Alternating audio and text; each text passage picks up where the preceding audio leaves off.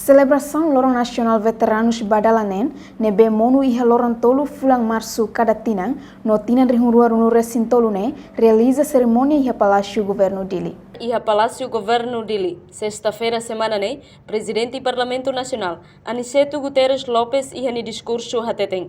Ho celebração Lorong Veteranos ne, momento atornoin ricas veteranos ho heróis Sira, nebe lidera ona funu hasoro ocupação militar Indonésia. Ikusmai, Timor-Leste retanduni ukun rasikan. Portanto, tema celebração Lorong Nacional Veteranos makameting unidade ba desenvolvimento nacional, haturu sentido bot ba independência, nebe atinzi ona. Situação sirhanesa ne, magfobi ba hori-hahoris pali. Itenia veteranos no herói Sira, uri continua a liderar funo a sua ocupação militar Indonésia, com a finalidade ida atuetan vitória da Timor-Leste e independência. Loro ida hoje, itanoin ikas itenia veteranos no herói Sira, e a ação coletiva hamutu com o povo.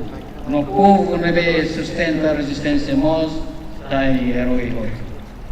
Independência e atinge liusi obra coletiva, no colaborativa nebe sustenta os valores lugukida. Tema hameti unidade para desenvolvimento nacional. A tudo sentido bot da independência nebe atinge.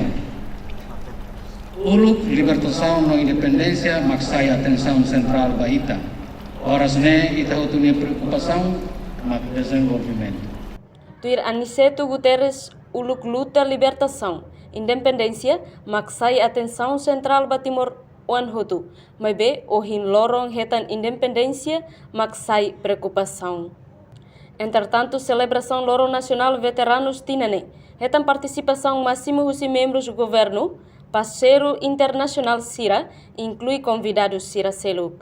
A reportagem Sabine Sansa, Televisão Timor-Post.